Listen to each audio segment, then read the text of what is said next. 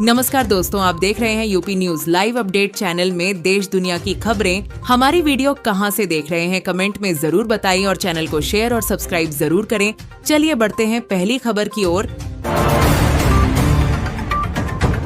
अमेरिकी राष्ट्रपति Donald Trump ने दावोस में दावा किया कि रूसी राष्ट्रपति व्लादिमीर पुतिन ने गाजा पीस बोर्ड में शामिल होने का उनका न्योता स्वीकार कर लिया है। ट्रंप के मुताबिक यह पहल गाजा में जारी संघर्ष को रोकने और स्थायी शांति की दिशा में एक बड़ा कदम हो सकती है। उन्होंने कहा कि रूस जैसे प्रभावशाली देश की भागीदारी से कूटनीतिक प्रयासों को मजबूती मिलेगी। हालांकि इस दावे पर रूसी पक्ष की ओर से अब तक कोई आधिकारिक पुष्टि नहीं की गई है। मॉस्को ने केवल इतना कहा है कि रूस मध्य पूर्व में शांति प्रक्रिया का समर्थन करता है और सभी पक्षों से संवाद के लिए तैयार है। विशेषज्ञों का मानना है कि यदि पुतिन वास्तव में इस बोर्ड में शामिल होते हैं तो यह अमेरिका रूस संबंधों में नए कूटनीतिक संकेत दे सकता है। फिलहाल अंतर्राष्ट्रीय समुदाय इस मुद्दे पर दोनों देशों की औपचारिक प्रतिक्रिया का इंतजार कर रहा है। तीर्थ यात्रा के दौरान पाकिस्तान जाकर धर्म परिवर्तन कर शादी करने वाली भारतीय नागरिक सरबजीत कौर की मुश्किलें बढ़ती नजर आ रही हैं। जानकारी के अनुसार सरबजीत कौर के खिलाफ अब भारत में FIR दर्ज की गई है। आरोप है कि उन्होंने देश छोड़ते समय और विदेश में रहते हुए नियमों का उल्लंघन किया, साथ ही अपनी पहचान और उद्देश्य को लेकर गलत जानकारी दी। जांच एजेंसियां यह भी पता लगा रही हैं कि सरबजीत कौर ने पाकिस्तान में किन परिस्थितियों में धर्म परिवर्तन किया और शादी की, तथा क्या इसके पीछे किसी तरह का दबाव या साजिश थी। इस मामले को लेकर सुरक्षा एजेंसियां भी सतर्क हो गई हैं, क्योंकि मामला सीमा पार गतिविधियों से जुड़ा है।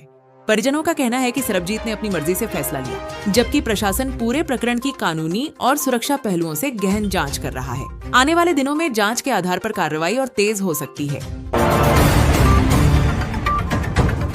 दिल्ली नगर निगम अब राजधानी में बढ़ती आवारा कुत्तों की समस्या से निपटने के लिए बड़ा कदम उठाने की तैयारी में है। नगर निगम डॉग शेल्टर्स के निर्माण और संचालन के लिए आगामी बजट में भारी भरकम राशि आवंटित करने की योजना बना रहा है। इसके तहत शहर के अलग अलग जोन में आधुनिक डॉग शेल्टर्स बनाए जाएंगे, जहां आवारा कुत्तों को सुरक्षित रखा जाएगा। इन शेल्टर्स में कुत्तों के टीकाकरण, नसबंदी, इलाज और भोजन की समुचित व्यवस्था की जाएगी। निगम का मानना है कि इससे सड़कों पर कुत्तों की संख्या नियंत्रित होगी और कुत्तों के काटने की घटनाओं में भी कमी आएगी। साथ ही नागरिकों की सुरक्षा और पशु कल्याण दोनों को संतुलित किया जा सकेगा। हालांकि कुछ सामाजिक संगठनों का कहना है कि केवल शेल्टर बनाना ही समाधान नहीं है, बल्कि प्रभावी नसबंदी कार्यक्रम और जनजागरूकता भी जरूरी है। नगर निगम का दावा है कि यह योजना लंबे समय में दिल्ली को आवारा कुत्तों की समस्या से राहत दिलाएगी। पश्चिम बंगाल में SIR स्पेशल इंटेंसिव रिवीजन को लेकर दायर याचिकाओं पर सुनवाई करते हुए सुप्रीम कोर्ट ने चुनाव आयोग को कई अहम निर्देश दिए थे। अदालत ने स्पष्ट किया था कि मतदाता सूची में किसी भी तरह की गड़बड़ी लोकतंत्र की जड़ों को कमजोर करती है, इसलिए पूरी प्रक्रिया पारदर्शी और निष्पक्ष होनी चाहिए। सुप्रीम कोर्ट के निर्देशों के बाद चुनाव आयोग ने अपनी कार्रवाई रिपोर्ट दाखिल की है। आयोग ने बताया कि SIR के दौरान सभी नियमों का पालन किया गया और किसी भी योग्य मतदाता का नाम मनमाने ढंग से नहीं हटाया गया। साथ ही यह भी कहा गया कि आपत्तियों के निपटारे के लिए तय प्रक्रिया अपनाई गई और प्रभावित लोगों को सुनवाई का पूरा अवसर दिया गया। हालांकि याचिकाकर्ताओं का आरोप है कि जमीनी स्तर पर अब भी कई खामियां हैं। सुप्रीम कोर्ट ने संकेत दिए हैं कि वह आयोग की रिपोर्ट की गहन समीक्षा करेगा और जरूरत पड़ने पर आगे भी सख्त निर्देश दे सकता है। सर्दियों में ठंड, सुस्ती और बार बार बीमार पड़ने से बचने के लिए केवल गर्म कपड़े पहनना ही काफी नहीं होता। शरीर को अंदर और बाहर से गर्म रखना बेहद जरूरी है। इसके लिए सबसे पहला तरीका है गुनगुना पानी पीना, जो शरीर का तापमान बनाए रखने के साथ पाचन को भी दुरुस्त रखता है। दूसरा, अपनी डाइट में अदरक, लहसुन, काली मिर्च और हल्दी जैसे गर्म तासीर वाले मसाले शामिल करें, इससे इम्यूनिटी मजबूत होती है। तीसरा, रोजाना हल्की एक्सरसाइज या योग करें, जिससे शरीर में रक्त संचार बढ़ता है और सुस्ती दूर होती है। चौथा, धूप में कुछ समय जरूर बैठें, इससे विटामिन D मिलता है और शरीर प्राकृतिक रूप से गर्म रहता है। पांचवा, सरसों या तिल के तेल से हल्की मालिश करें, जो त्वचा को पोषण देने के साथ शरीर को अंदर तक गर्म रखती है। इन आसान उपायों से सर्दियों में सेहतमंद रहना आसान हो जाता है। अमेरिका के वित्त मंत्री स्कॉट बेसेंट ने दावा किया है कि राष्ट्रपति डोनाल्ड ट्रंप द्वारा 25% टैरिफ लगाए जाने के बाद भारत पर दबाव बढ़ा है।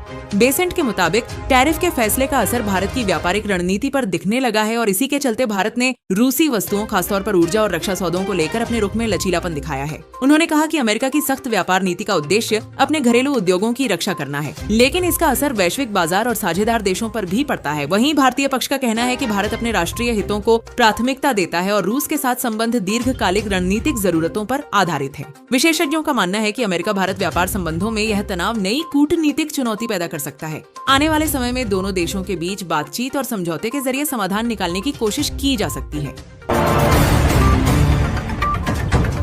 महज 3 घंटे में हुई एक अहम डील ने वैश्विक कूटनीति का रुख बदल दिया है। इस समझौते के बाद भारत खाड़ी देशों के लिए एक मजबूत परमाणु कवच के रूप में उभर कर सामने आया है। ऊर्जा, सुरक्षा और परमाणु सहयोग से जुड़ी इस डील को भारत की बड़ी रणनीतिक जीत माना जा रहा है। इससे खाड़ी देशों को न सिर्फ ऊर्जा सुरक्षा मिली है, बल्कि क्षेत्रीय स्थिरता को भी मजबूती मिली है।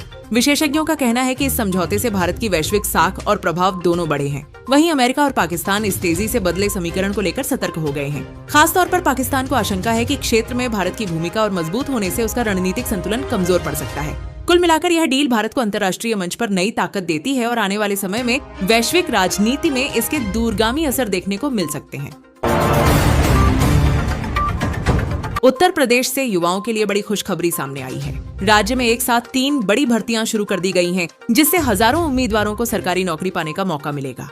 पहली भर्ती उत्तर प्रदेश पुलिस विभाग में निकाली गई है, जहां सिपाही और अन्य पदों पर आवेदन मांगे गए हैं। दूसरी बड़ी भर्ती शिक्षा विभाग से जुड़ी है, जिसमें शिक्षक और सहायक स्टाफ के पदों पर नियुक्तियां की जाएंगी। वहीं तीसरी भर्ती स्वास्थ्य विभाग में शुरू हुई है, जहां नर्सिंग, तकनीकी और पैरामेडिकल पदों पर भर्तियां की जा रही हैं। इन भर्तियों के लिए ऑनलाइन आवेदन प्रक्रिया शुरू हो चुकी है और अलग अलग पदों के लिए योग्यता व आयु सीमा तय की गई है। सरकार का कहना है कि इन भर्तियों से न केवल युवाओं को रोजगार मिलेगा, बल्कि प्रदेश की प्रशासनिक और सेवाओं की व्यवस्था भी मजबूत होगी। इच्छुक उम्मीदवारों को सलाह दी गई है कि वे आधिकारिक वेबसाइट पर जाकर पूरी जानकारी और आवेदन की अंतिम तिथि जरूर जांच लें।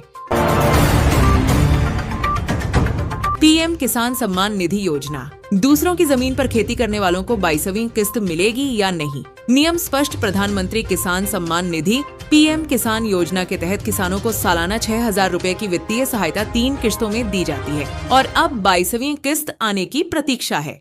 वन इंडिया हिंदी, दूसरों की जमीन पर खेती करने वाले, जैसे बटाईदार/ठेका किसान। यदि आप किसी और की जमीन पर खेती करते हैं, लेकिन भूमि रिकॉर्ड में आपका नाम मालिक के रूप में दर्ज नहीं है, तो आपको इस योजना की 22वीं किस्त नहीं मिलेगी। सिर्फ खेती करना पर्याप्त नहीं है, भूमि आपके नाम पर रजिस्टर्ड होनी चाहिए। वन इंडिया हिंदी +1 क्या लिखित लीज से फायदा मिलेगा? बिना लिखित कानूनी लीज अग्रीमेंट या मालिकाना हक के खेती करने वालों को भी योजना का लाभ नहीं मिलता। भूमि के स्वामित्व का अधिकार /रिकॉर्ड आवश्यक है। ऑन इंडिया हिंदी नियम की वजह योजना का उद्देश्य भूमि रखने वाले असली किसानों को आर्थिक मदद देना है, इसलिए पात्रता के लिए जमीन का नाम रिकॉर्ड में होना अनिवार्य है। द डेली गार्डियन, अगर आपकी जमीन सरकारी रिकॉर्ड में आपके नाम पर दर्ज है तो आप 22वीं किस्त के लिए पात्र हैं, लेकिन जो सिर्फ दूसरों की जमीन पर काम करते हैं उन्हें यह लाभ नहीं मिलेगा।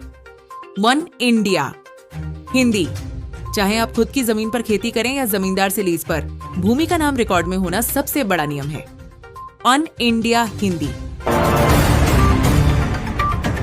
सोने के बढ़ते भाव के बीच बाबा वेंगा की भविष्यवाणी एक बार फिर चर्चा में है। वैश्विक आर्थिक अनिश्चितता, युद्ध जैसे हालात और डॉलर में उतार चढ़ाव के कारण निवेशक सोने चांदी को सुरक्षित विकल्प मान रहे हैं, जिससे कीमतों में तेजी बनी हुई है। इसी बीच बाबा वेंगा की वह भविष्यवाणी वायरल हो रही है, जिसमें उन्होंने संकट के दौर में कीमती धातुओं के महंगे होने की बात कही थी। हालांकि विशेषज्ञों का कहना है कि सोने चांदी के भाव भविष्यवाणियों से नहीं, बल्कि मांग, आपूर्ति, ब्याज दरों और अंतर्राष्ट्रीय बाजार की चाल से तय होते हैं। निवेशकों को सोच समझकर फैसला लेना चाहिए।